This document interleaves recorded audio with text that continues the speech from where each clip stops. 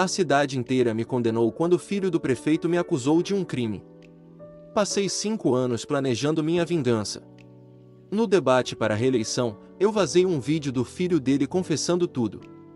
A carreira do prefeito acabou ao vivo na TV. Meu nome é Miguel, e por 28 anos, a cidade de Vale Dourado foi todo o meu mundo. Não nasci em berço de ouro, mas nasci com mãos que sabiam trabalhar a madeira. Meu pai e meu avô foram carpinteiros, e eu herdei o ofício, o amor pelo cheiro de cedro e pinho, pela poeira fina que cobria tudo na nossa oficina. Eu não era rico, nem influente, mas eu era respeitado. As pessoas me conheciam. Eu era o Miguel que consertou o coreto da praça, que fez os bancos da igreja nova, que construiu o berço onde dormiam os filhos de muitos dos meus amigos.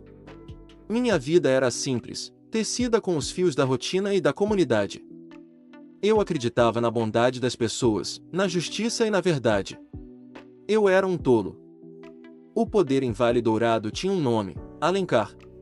O prefeito Otávio Alencar estava no seu 4º mandato. Um homem com um sorriso largo para as câmeras e um aperto de mão firme que parecia mais uma forma de medir sua força do que um cumprimento. Ele controlava a prefeitura, o jornal local, e tinha a lealdade inabalável do chefe de polícia. Seu filho, Ricardo, ou Rick como gostava de ser chamado, era a sombra corrupta do pai. Um jovem de 20 e poucos anos com um carro esportivo caro, um desprezo velado por qualquer um que não tivesse seu sobrenome, e um talento especial para se safar de problemas.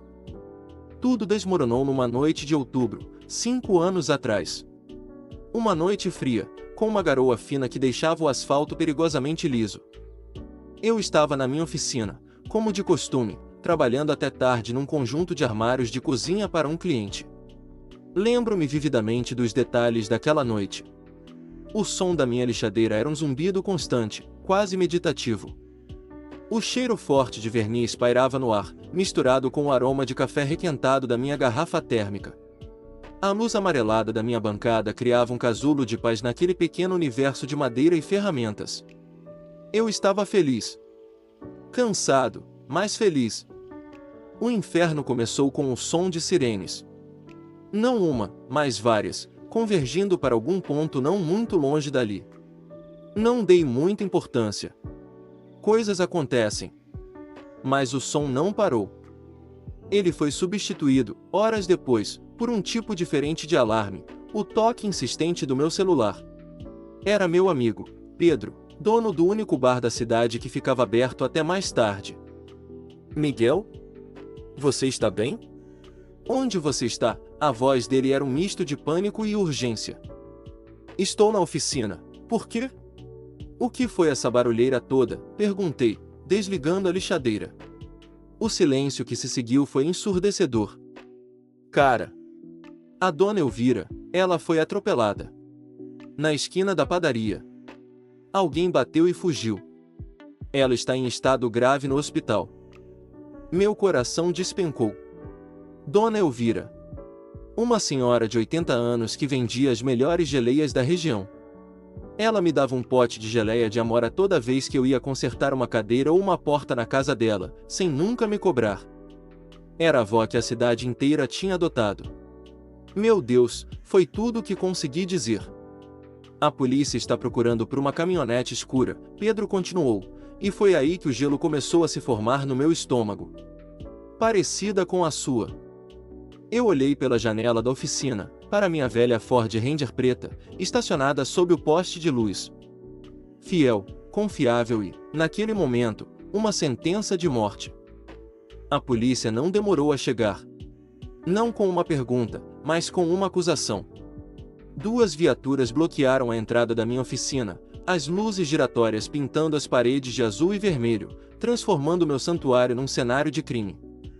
O sargento Borges, um homem cuja carreira inteira foi construída à base de bajular o prefeito, saiu do carro com uma expressão de triunfo sombrio. E atrás dele, saindo da outra viatura, estava Rick Alencar. Ele estava envolto num cobertor, tremendo de forma teatral. Seus olhos, vermelhos e arregalados, fixaram-se em mim. Ele apontou um dedo trêmulo na minha direção. Foi ele, gritou Rick, a voz embargada por um choro falso. Eu vi. Eu estava vindo logo atrás. Ele passou por ela como se ela não fosse nada. Ele nem freou. Eu vi a caminhonete dele, eu vi. O mundo ao meu redor começou a girar. Desacelerou até uma tortura em câmera lenta. Eu podia ver cada detalhe, a forma como o lábio de Rick tremia, não de medo, mas de esforço para conter um sorriso, o brilho nos olhos do sargento Borges, o brilho de quem via uma promoção fácil, os rostos dos outros policiais, já convencidos. Olhando para mim não como um vizinho, mas como um monstro. Isso é mentira, minha voz saiu fraca, um fiapo de som contra a tempestade da acusação dele. Eu estou aqui há horas. Eu não saí da oficina. Nós temos uma testemunha ocular, Miguel, disse Borges, aproximando-se. O cheiro de seu pós-barba barato invadiu meu espaço, sufocante. Uma testemunha muito corajosa que tentou seguir você, mas o perdeu de vista. Meu monólogo interno era um caos de negação e pânico. Isso não pode estar acontecendo. É um engano. Rick? Por que ele faria isso? Ele é o filho do prefeito, ele dirige aquele Mustang azul, não uma caminhonete. Eles vão ver a verdade. Levaram-me para a delegacia. O frio do metal das algemas nos meus pulsos era uma realidade chocante. A delegacia, um lugar que eu só conhecia de fora, cheirava a desinfetante e desespero. Sentaram-me numa sala fria, sob uma lâmpada fluorescente que zumbia como um inseto moribundo. Cada segundo se arrastava por uma eternidade. Eu repeti minha história de novo e de novo. Eu estava na oficina. Sozinho. Não havia provas, não havia testemunhas para o meu álibi. Era minha palavra contra a do filho do prefeito. O prefeito Alencar apareceu algumas horas depois.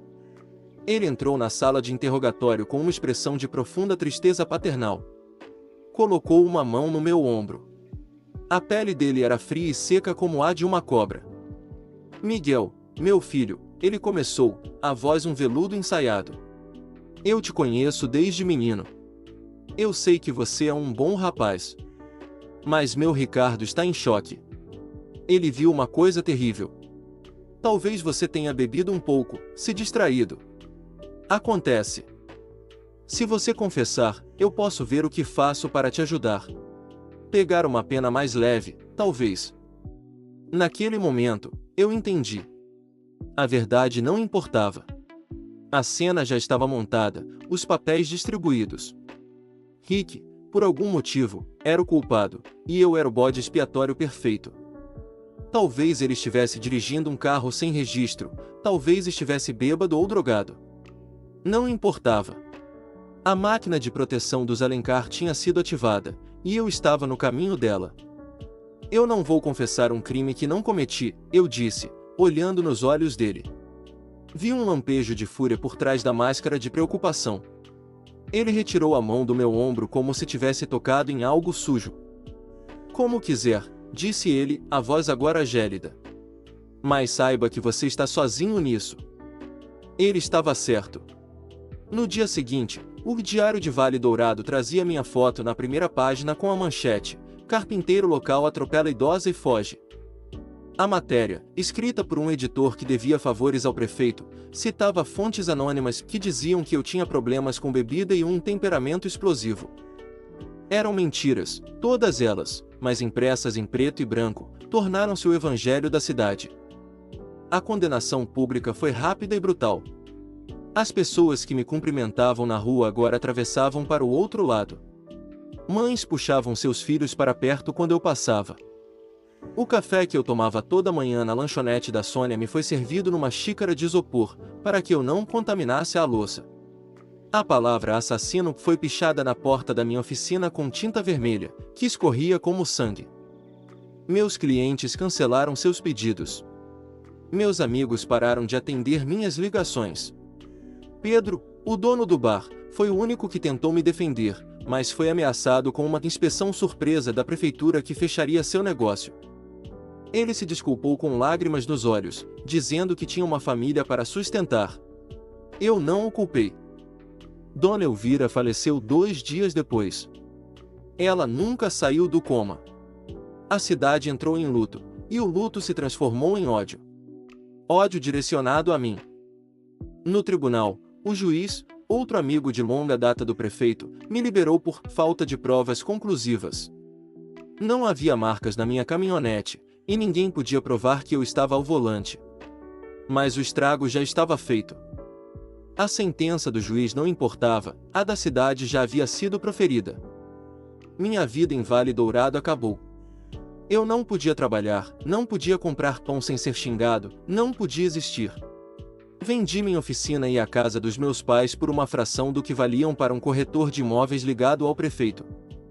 Empacotei o que sobrou da minha vida na mesma caminhonete preta que havia me condenado.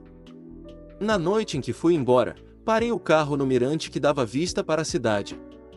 As luzes de Vale Dourado cintilavam lá embaixo, uma constelação de lares onde eu não era mais bem-vindo. Eu olhava para aquelas luzes e não sentia tristeza. A dor havia se solidificado em algo mais duro, mais frio. Era uma promessa. Meu monólogo interno era a única voz que me restava. Olhem bem, seus hipócritas. Olhem para o monstro que vocês criaram. Vocês me julgaram sem provas, me condenaram sem um júri. Vocês me tiraram tudo. Mas vocês cometeram um erro. Vocês me deixaram ir embora. E eu vou passar cada segundo de cada dia dos próximos anos planejando o meu retorno. Eu não quero justiça. Eu quero vingança. E eu vou servi-la no maior palco que esta cidade já viu. Eu vou destruir Otávio Alencar usando a única coisa que ele ama mais que o poder, o seu filho. Enquanto eu dava as costas para Vale Dourado, uma imagem se gravou na minha mente, o rosto de Rick Alencar, chorando lágrimas de crocodilo. E eu jurei a mim mesmo que da próxima vez que ele chorasse, as lágrimas seriam de verdade. Os 5 anos que passei longe de Vale Dourado não foram um exílio, foram um campo de treinamento. A dor que eu carregava não se dissipou com o tempo. Pelo contrário, ela se petrificou, transformando-se de uma ferida aberta em um diamante de ódio, duro e afiado. Eu não queria esquecer. Eu queria usar a memória de cada olhar de desprezo, de cada porta fechada na minha cara, como combustível. Mudei-me para uma metrópole anônima a centenas de quilômetros de distância. Durante o dia, eu era apenas mais um rosto na multidão, trabalhando em uma grande construtora. Voltei a fazer o que sabia, trabalhar com as mãos. Mas à noite, meu verdadeiro trabalho começava. Meu pequeno apartamento alugado se tornou um quartel-general. As paredes, que deveriam ter fotos de família ou paisagens, eram cobertas por organogramas da Prefeitura de Vale Dourado, fotos de Otávio e Rick Alencar, e recortes de jornal sobre cada movimento deles. Eu me tornei um estudioso da minha própria vingança. Devorei livros e cursos online sobre tecnologia, vigilância, psicologia e manipulação. Aprendi sobre câmeras escondidas, softwares de edição de vídeo, e como explorar as rachaduras na segurança digital de uma pequena cidade. O dinheiro que eu ganhava não ia para poupança ou lazer, ia para equipamentos. Drones, microfones direcionais, programas de computador. Eu estava construindo um arsenal, não de armas, mas de informação. Meu foco era Rick. Eu sabia que o elo mais fraco da corrente era ele. Otávio Alencar era um político astuto, cuidadoso. Mas Rick era a personificação da arrogância e do descuido. Ele vivia nas redes sociais, exibindo uma vida de festas, carros e mulheres, tudo financiado pelo poder do pai. Ele era um pavão, e eu sabia que pavões adoram se exibir. O plano começou a tomar forma no início do 5º ano, quando Otávio Alencar anunciou sua campanha para a reeleição. Seria seu último mandato, o coroamento de sua carreira. O debate final, televisionado por uma emissora regional, seria o palco perfeito.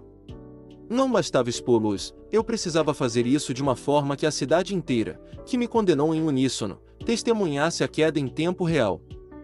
Voltei para Vale Dourado 3 meses antes do debate, mas não como Miguel, o carpinteiro.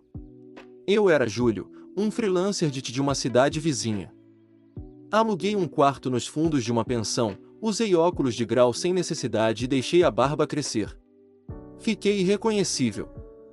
Comecei a pegar pequenos trabalhos, consertando computadores e instalando redes de internet. Meu alvo era a equipe de campanha do prefeito. Com um pouco de engenharia social e um currículo forjado, consegui um contrato temporário para otimizar a infraestrutura de TI para o comitê de reeleição. Eu estava dentro do ninho da cobra. O passo seguinte era chegar até Rick. Eu sabia por minha pesquisa que ele tinha uma fraqueza, o ego. Ele precisava se sentir o homem mais esperto da sala. Criei um perfil falso online, de uma garota chamada Amanda.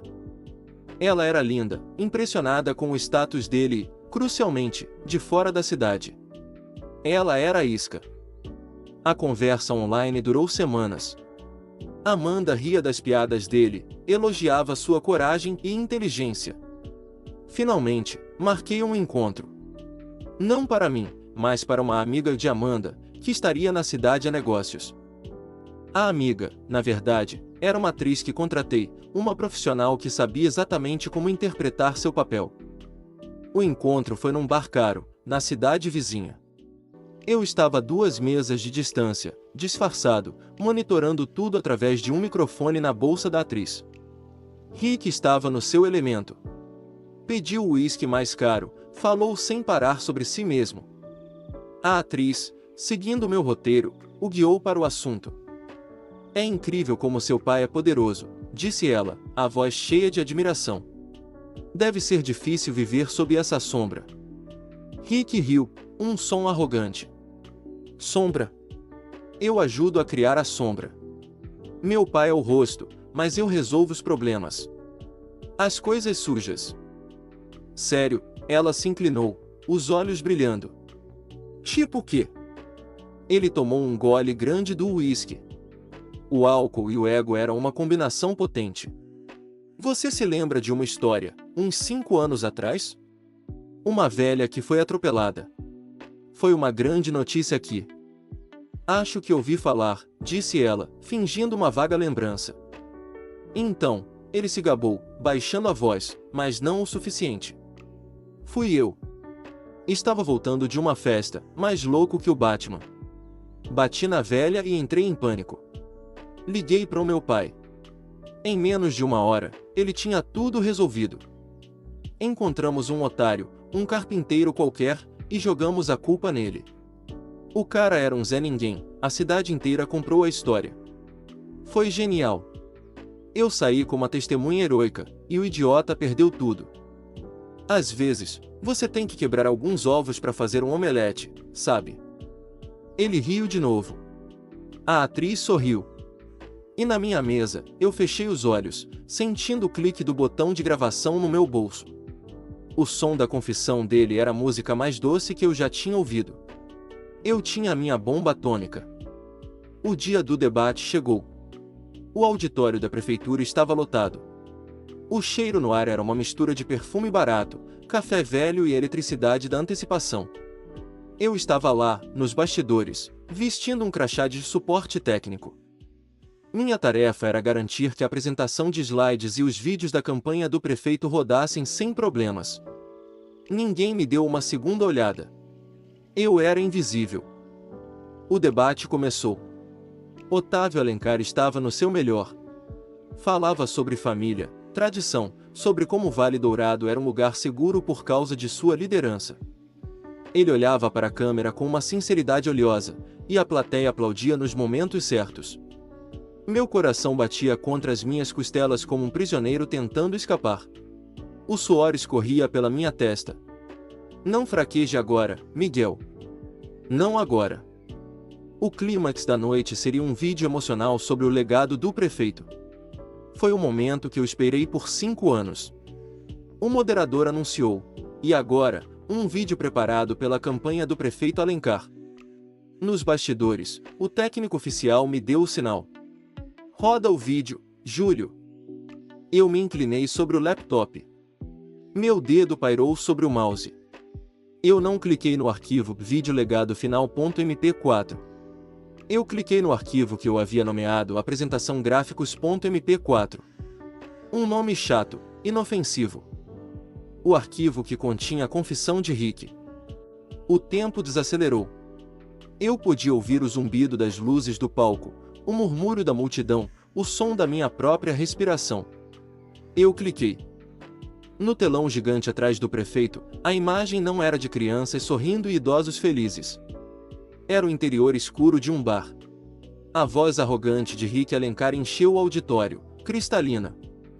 Fui eu. Estava voltando de uma festa, mais louco que o Batman. Bati na velha e entrei em pânico. Um silêncio absoluto caiu sobre a plateia. Era tão profundo que parecia um vácuo, sugando todo o ar e o som. Os rostos se viraram do telão para o prefeito, e de volta para o telão. A boca de Otávio Alencar se abriu e fechou, mas nenhum som saiu. Sua pele, antes bronzeada e saudável, adquiriu uma tonalidade cinza, doentia. Uma veia pulsava em sua testa. No vídeo, a risada de Rick ecoou. Encontramos um otário, um carpinteiro qualquer, e jogamos a culpa nele. Foi genial. Um único suspiro coletivo percorreu a multidão. Foi o som de uma cidade inteira percebendo a verdade ao mesmo tempo. O som de 500 pessoas se lembrando do meu rosto, do meu nome, da pichação na minha oficina. O som da culpa. O prefeito Alencar tentou falar. Isso é uma montagem. Uma farsa. Um ataque político, ele gaguejou, mas sua voz não tinha convicção. Seus olhos corriam de um lado para o outro, procurando uma saída que não existia. As câmeras de TV, antes focadas em seu rosto confiante, agora davam um close em seu pânico. Nos bastidores, o caos explodiu. Mas antes que alguém pudesse chegar até mim, eu já tinha saído pela porta dos fundos, removendo o crachá e os óculos.